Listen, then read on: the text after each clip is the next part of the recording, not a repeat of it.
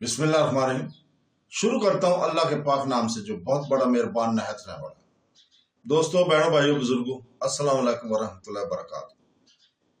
ہم غزوات نبی حضور پاک صلی اللہ علیہ وسلم کے غزوات میں جنگ احد، غزوہ احد کا ذکر کر رہے ہیں اور آج اس کی 40 نمبر قسط ہے۔ تو دوستوں، بہنوں، بھائیوں، بزرگوں، حضرت ابو ہریرہ رضی اللہ تعالی عنہ نے فرمایا کرتے تھے کہ مجھے اس شخص کے متعلق بتاؤ جو جنت میں داخل ہوا ہو اور نماز بھی نہ پڑھی۔ ان دو نقیضوں السریم اور قزمان پر حضور پاک صلی اللہ علیہ وسلم کا قول منطبق ہوتا ہے کہ تم میں سے ایک شخص بظاہر لوگوں کے نزدیک اہل جنت کے سے اعمال کرتا ہے، حالانکہ وہ دوزخی ہوتا ہے، اور ایک شخص بظاہر لوگوں کے نزدیک دوزخیوں کے سے اعمال کرتا ہے اور وہ جنتی ہوتا ہے۔ قزمان بظاہر لوگوں کے نزدیک مسلمان تھا اور اس نے احد کے روز حضور پاک صلی اللہ علیہ وسلم کی جانب سے بہادروں کی جنگ کی اور لوگ اسے جنتی خیال کیا کرتے تھے، اور وہ اسلامی عقیدے پر اور اس کے راہ میں شہید ہو کر مرا، حالانکہ حقیقت میں معاملہ اس کے برعکس تھا۔ وہ کسی دین پر نہیں لڑا، وہ صرف اپنی قوم کے شرف اور فخر کی دفاع اور نہوت میں لڑا، اور اس کی حقیقت اس وقت ظاہر ہوئی جب وہ قریب المرگ تھا۔ اس نے اعتراف کیا کہ اس نے اسلام کی خاطر جنگ نہیں کی، بلکہ اس نے صرف وطنی اور قومی جنگ کی ہے۔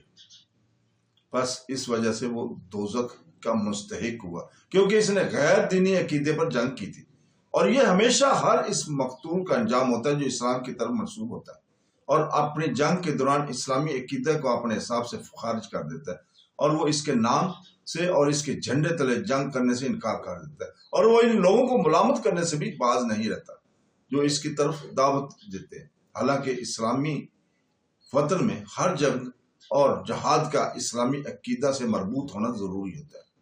ہاں، اسلام کی طرف منسوب ہونے والے ہر اس شخص کا انجام دوزخ ہے، جس کا حال یہ ہو خواہ وہ دشمنان اسلام کے ہتھیاروں سے مارا جائے، کیونکہ جب تک وہ اسلامی عقیدہ کو چھوڑنے اور اس کی طرف دعوت دینے والوں سے جنگ کرنے اور اس کی راہ میں اس کے جھنڈے تلے جہاد کا اعلان کرنے والوں کی مقادمت کرنے میں اس مقام پر ہے، اس کے اور ان دشمنوں کے درمیان کوئی فرق نہیں ہے۔ مگر الاسرین، جیسا کہ لوگوں کو معلوم تھا، اس کے برعکس مشرک تھا۔ اس نے حضور پاک صلی اللہ علیہ وسلم کی طرف ہو کر جنگ کی اور اس کی وفات کی گھڑی تک کسی کو اس کے اصل حقیقت سے آگاہی ہی نہیں تھی، کسی کو پتہ نہیں تھا کہ وہ لوگ اسے مشرک خیال کیا کرتے تھے۔ اس نے اہل مدینہ کے ساتھ ہو کر اپنی قوم کے شرف و فخر کی دفاع کے لیے جنگ کی، حالانکہ حقیقت میں وہ مسلمان تھا۔ اس نے اسلام کی خاطر اور اس کی راہ میں جنگ کی، اور اس کی زندگی کے آخری سانسوں میں اس کی حقیقت واضح ہو گئی تھی، جس کی وجہ سے وہ جنت کا مستحق ہو گیا، کیونکہ وہ جنگ کر کے اللہ تعالیٰ اور اس کے رسول کی پسندیدہ دینی عقیدے پر شہید ہوا۔ اسی طرح بہت سی باتیں بظاہر اپنے باطن کے خلاف ہوتی ہیں۔ ہم اللہ تعالیٰ سے دعا گو ہیں کہ وہ ہمارا خاتمہ بالخیر کرے اور اپنی ملاقات کے دن کو ہمارا بہترین دن بنائے۔ بلا شبہ اسے ہر چیز پر قدرت حاصل ہے۔ اسی طرح اس جنگ احد میں، منطقہ احد میں، مسلمانوں کے ہاتھ اپنے مقتولین کی تدفین سے فراغت کے بعد رسول کریم صلی اللہ علیہ وسلم نے اپنی فوج کو مدینہ کی طرف مارچ کرنے کا حکم دیا۔ بس مسلمانوں نے اپنے زخمیوں کو اٹھا لیا، پھر جیش نبوی نے مارچ کر دیا، اور اس کے آگے آگے رسول کریم صلی اللہ علیہ وسلم تھے، جنہیں تمام جوانب سے انصار اور مہاجرین کے کبار قیدین گھیرے ہوئے تھے۔ جس راستے رسول کریم صلی اللہ علیہ وسلم مارکے سے مدینہ واپس آ رہے تھے، اس میں ایک واقعہ رونما ہوا جس میں مسلمانوں کی وہ سچی محبت متجلی ہے جو انہیں رسول کریم صلی اللہ علیہ وسلم کے ساتھ تھی۔ اس محبت کے مقابلے میں بیوی، بیٹے، باپ اور بھائی کی محبت بھی بہت کم رہتی ہے۔ لوگ اپنے نبی اور اپنے ان مشرک رشتہ داروں کے متعلق جو مارکے میں موجود تھے استفسار کرنے کے لیے مدینے سے نکلے۔ ان میں بنی دینار کی ایک عورت بھی تھی جس کا باپ، بیٹا، خامد اور بھائی احد کے روز مارے گئے تھے۔ جب اسے اس کے مرنے کی خبر دی گئی تو اس نے کوئی زیادہ پرواہ نہ کی۔ اسے رسول پاک صلی اللہ علیہ وسلم کی زندگی کی پریشانی نے ہر کسی کو بلا دیا تھا۔ پر جب اسے اس کے باپ بیٹے بھائی اور خاوند کی موت کی اطلاع دی گئی تو اس کے بعد اس نے افسوس سے کہا رسول پاک صلی اللہ علیہ وسلم کا کیا حال ہے؟ لوگوں نے کہا اے ام الفنا، ام فلاں وہ خدا کے فضل سے جیسا کہ تو چاہتی ہے خیر سے ہے۔ اس نے اپنے حد درجہ دلی اضطراب کو دور کرنے کے لیے کہا مجھے دکھاؤ تاکہ میں آپ کو دیکھوں۔ اور جب اس نے آپ کو سلامت دیکھا تو اپنے بھائی باپ خاوند اور بیٹوں کے کھو جانے کی مصیبت کی طرف اشارہ کرتے ہوئے کہنے لگی آپ صلی اللہ علیہ وسلم کے بعد ہر مصیبت کھینچ جائے۔ اور یہ ایک روایت ہے کہ یہ دیناریہ عورت میدان کارزار میں لوگوں کے قتل کی جگہ پر آئی اور اپنے باپ بیٹے بھائی اور خاوند کے پاس سے گزری جو قتل ہوئے پڑے تھے۔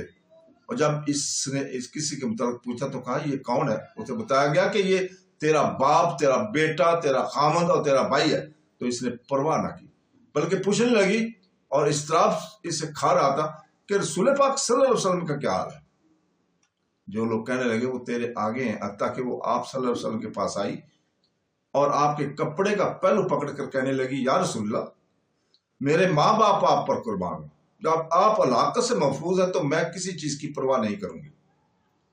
فوج حضور پاک صلی اللہ علیہ وسلم کی فوج مدینہ کی طرف واپسی کے راستے میں حضور پاک صلی اللہ علیہ وسلم نے اپنی پھپھی کی بیٹی حضرت خمسہ بن جیش سے ملاقات کی اور اس کی تکلیف کے بارے میں تسلی دیتے ہوئے فرمایا ثواب کی امید رکھ۔ اس نے پوچھا یا رسول اللہ کس کے ثواب کی بات؟ آپ نے فرمایا اپنے ماموں حمزہ کے ثواب کی۔ اس نے کہا انا للہ و انا الیہ راجعون، اللہ تعالیٰ اسے معاف فرمائے، اسے شہادت مبارک ہو۔ آپ نے فرمایا ثواب کی امید رکھ۔ اس نے پوچھا یا رسول اللہ کس کے ثواب کی؟ امت البیت بنت حبش السادیہ، آپ حضرت ماسا بن عمیر البدری کی بیوی تھی جو احد کے روز مسلمانوں کے علم بردار تھے۔ جب آپ شہید ہو گئے تو طلحہ بن عبید اللہ نے آپ سے نکاح کر لیا تھا۔ آپ کی اور آپ کی بہن زینب رسول پاک صلی اللہ علیہ وسلم کی زوجہ کی ماں امیمہ بنت عبد المطلب تھی۔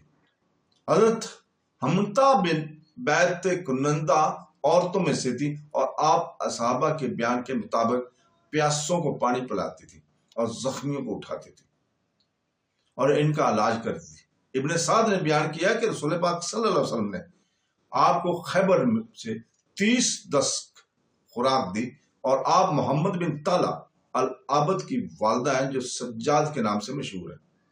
آپ نے رسول پاک صلی اللہ علیہ وسلم سے ایک حدیث روایت کی ہے۔ آپ نے فرمایا اپنے بھائی عبداللہ بن حبش کی ثواب کی۔ اس نے کہا انا للہ و انا الیہ راجعون، اللہ تعالیٰ اسے معاف فرمائے، اسے شہادت مبارک ہو۔